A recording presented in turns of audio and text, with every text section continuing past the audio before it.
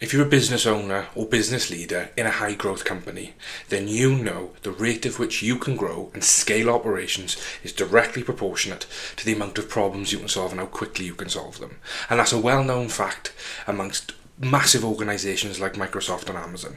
Yet those organisations, despite they're 10 times, 100 times, 1,000 times bigger than most of us, they seem to be able to do it and grow and innovate more effectively than us. And I want to use this video as an opportunity to unpack exactly why I think that is the case, and the smart tactics and systems they are using to unlock unparalleled innovation and growth that by the end of this video you'll be aware of and start being able to think about how to implement in your own business yourselves.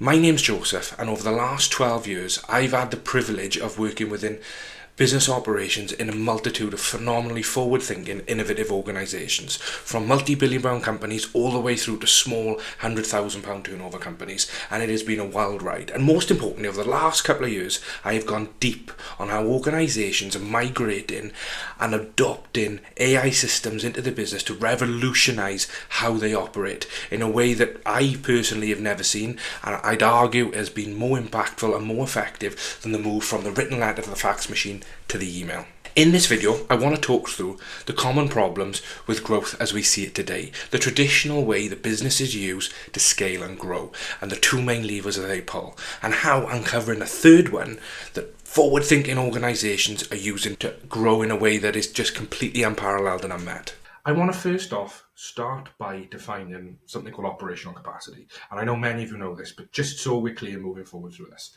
Now, when a business scales and grows, so does the amount of things it needs to do in order to fulfill the thing that is sold to the customer, whether that's a service, whether that's a product. No matter what that is, there's the outcome to the customer, and then there's a bunch of operations underneath that need to happen. And as a business grows, more things need to be done by the people within it, which typically means we need more people, we need more software to increase capacity. And how I want to visualize capacity super quickly is just these two roads. On the left, you see a business that has plenty of capacity. It is doing everything it needs to do. There's no more demand than what it can meet. So everything's free flowing and there's no car crashes, there's no traffic jams, and everyone's happy on the road. Everyone's happy in the business. Now, on the right hand side, think of the cars as the operations in the business. So that could be the things that people need to do, the tasks that need to get done. As those go up, if we have the same amount of people or the same setup of software, as demand goes up, if capacity stays the same, then everything starts to get so busy and starts to break and starts to get brittle. And that's exactly how I want to visualize this moving forward. So how do we tackle this problem? Typically, it's done by one of two levers, and often two levers at the same time. And that is either hiring more people or more software. And how I like to make sure I define these two different things is more people is like the horsepower of an engine. It gives you the true capacity to do things, to get things done. Now, what software allows you to do, when employed correctly, is do these things significantly more effectively. So, if we have, as a really simple example, one person who's got no software at all, it's just someone who's processing orders. They're taking orders from Sam down the road, and then having to go to Steve to buy the stuff. They do something to it and sell it to Sam. Now, if you have to keep all that in your brain, it's surprising how you could probably only do one or two orders at a time. The moment we use an Excel spreadsheet to track stuff, we could probably do 100 orders at a time. And then if we want to get into the thousands, we can use an ERP software to plan our purchasing, our selling, and it means that one person gets so much more done. So that's people combined with software. And that's how 99% of organizations run. And if I'm honest, every organization I've ever worked with has just been effective at doing that. Now, there's a third lever, which I'm going to talk about soon, but what I want to do is really drill in to why these are two constraining ways of dealing with increased demand and constraints in capacity. Let's talk around people.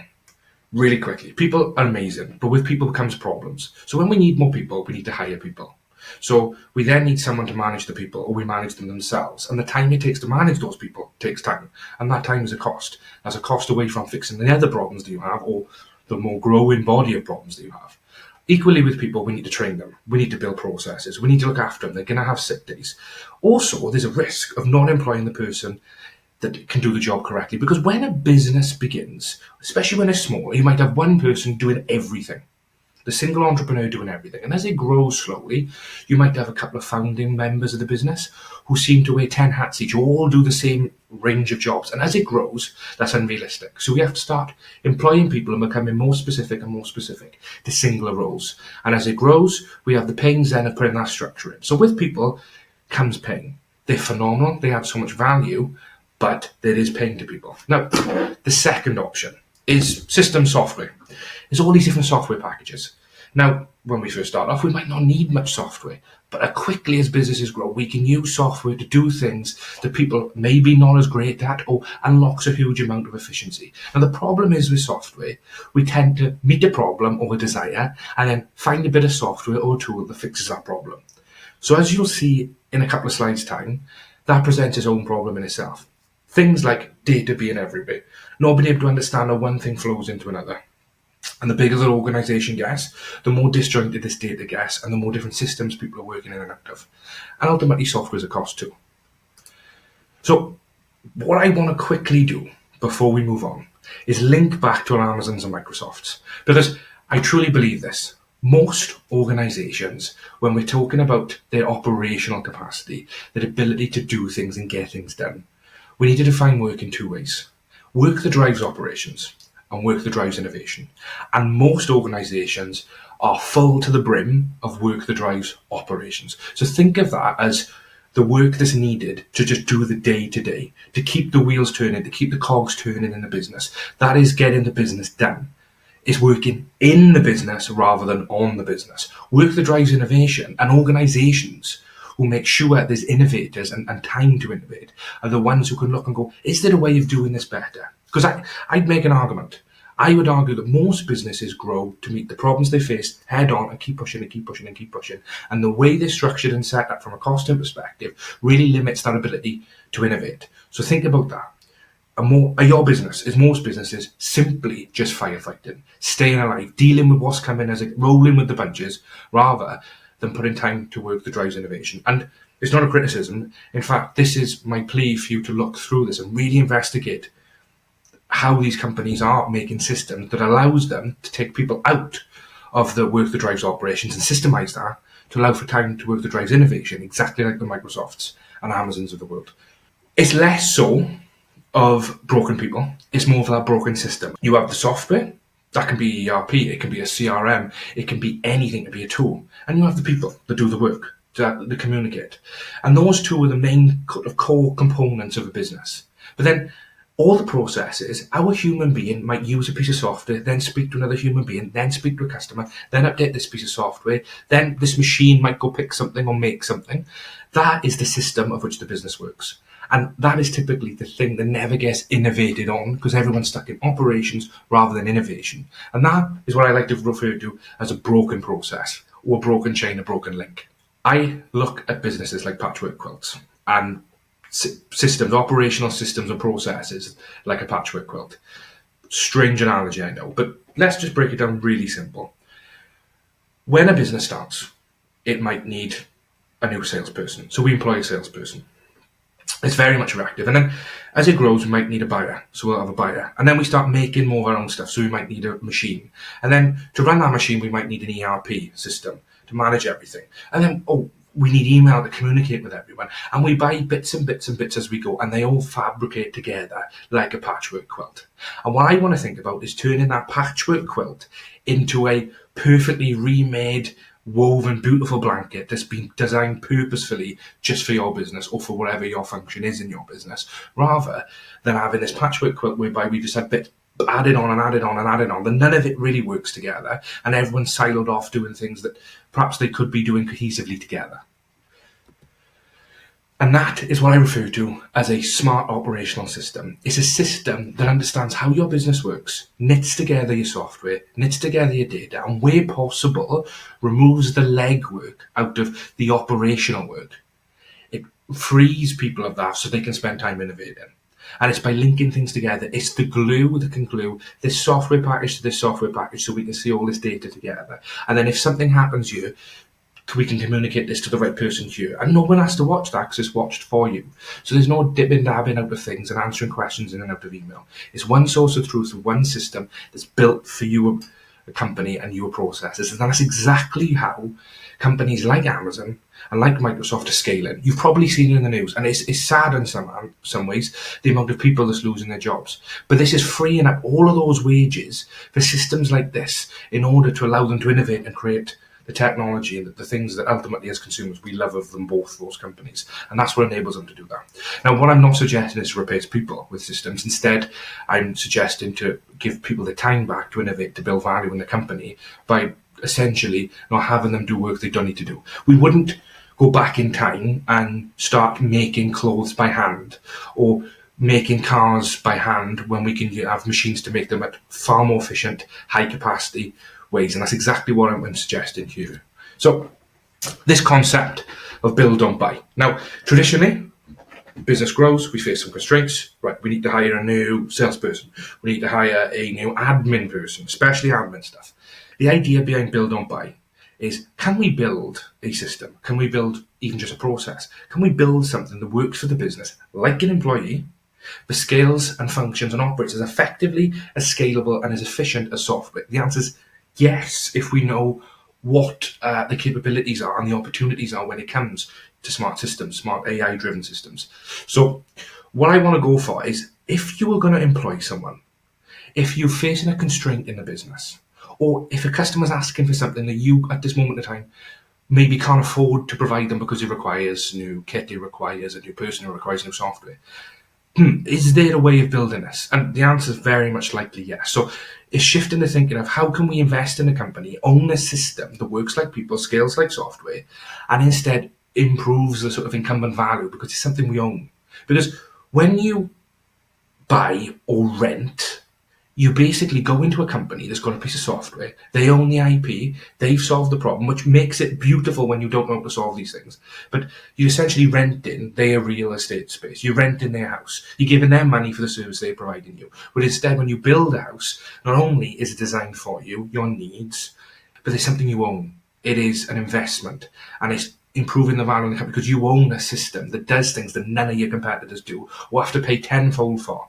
One last sort of way of visualizing it, and I like to compare it to the paper plane versus the rocket. Because right now, we have seen companies do incredible things, and go back to it because Microsoft and Amazon are leading the way. These things can be done with companies such as yours. No matter how small you are, single-man band entrepreneurs can be using smart systems to completely leverage their time on unfathomable amounts. So, paper plane versus a rocket. Now, think of industry standards as the paper plane. You're in a market, you look at your competitors, what is everyone else doing?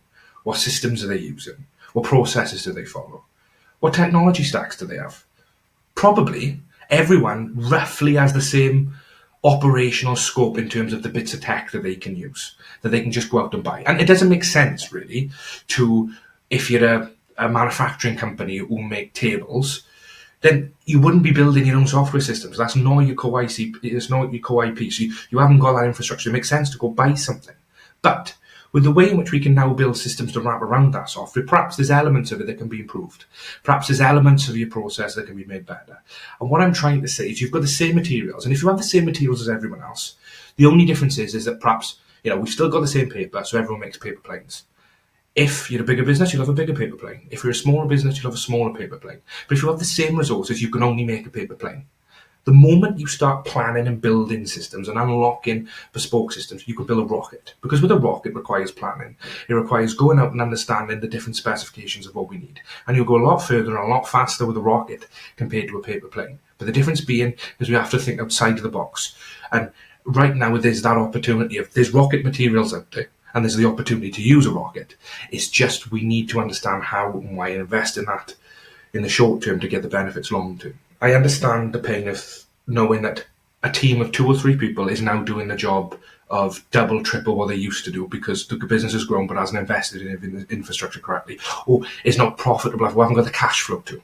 Now, what operational systems allows us to do is take the pain out of the operations and replace it with flow. Instead of firefighting your way through every day, and simply working operationally, we can now start to innovate. Instead of having to put the fires out, to maintain orders, to keep customers happy, to get sales in, to get the order out the door, to fix the problem in the warehouse, instead of firefighting our way for the day, we can start looking at where we can build these systems our little rockets within our business that differentiate ourselves from the rest of the market and achieve flow. And as we can see, there's a money tree right below. Because if in your current market right now, in your current sector, if we can start to innovate through smart systems, it can allow you to be so far ahead, it can create so much operational efficiency that that money tree really does become a thing, because you're doing things cheaper than your employees, your competitors, because perhaps you haven't got to have the same amount of employees to get the same thing done, or you're freeing those employees up to do more of the good stuff, more of the speaking to customers, more of the solving problems, more of the innovation. And we're also doing things more quickly, which reduces our, well, improves, sorry, our conversion rates across the pipeline. We're doing things more effectively.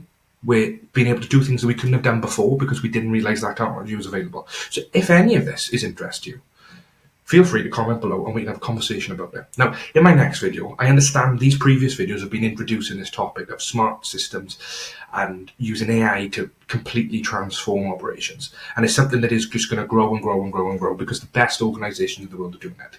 But in my next video, I'm going to talk you through what I believe to be the biggest opportunity and how a smart system can literally be built and be used. And I'm going to talk you over it super quickly, super easy. So if you are interested in that, make sure you subscribe, put the notifications button on, and it will be up sometime tomorrow.